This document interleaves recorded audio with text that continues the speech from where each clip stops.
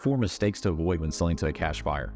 Number 1, asking retail. If you're thinking about getting retail for your property, then selling to a cash buyer is simply probably not a good fit. Number 1, because a cash buyer is going to come in with cash from private money, from hard money, from a bank, one of those 3 different sources. That money is going to cost them something. They're going to put their energy, time, resources into the property, usually going to spend a significant amount on improving the property, regardless of the condition, and then they're going to resell it. They're going to incur fees, and at the end of the day, they're just not going to be able to make a profit. And a cash buyer, of course, is trying to make a reasonable small profit to stay in business. So if you want retail for your property, then probably going the real estate agent listing route is probably the best route. But if you're willing to trade some of that equity for a little bit of speed and convenience, then definitely reach out to a cash buyer to learn more. The second mistake to really avoid when selling to a cash buyer is not knowing where you're going to go when you're moving out. We can definitely figure that out. If you're fully transparent and don't have a game plan, that's something we can discuss on the call. But definitely don't hide that, because we don't want any surprises and to hold up the closing and getting you your money. Because if we find out at the day of closing that you can't move out, then we simply won't be able to close. Now, if we've talked about that prior to closing, we can arrange something to where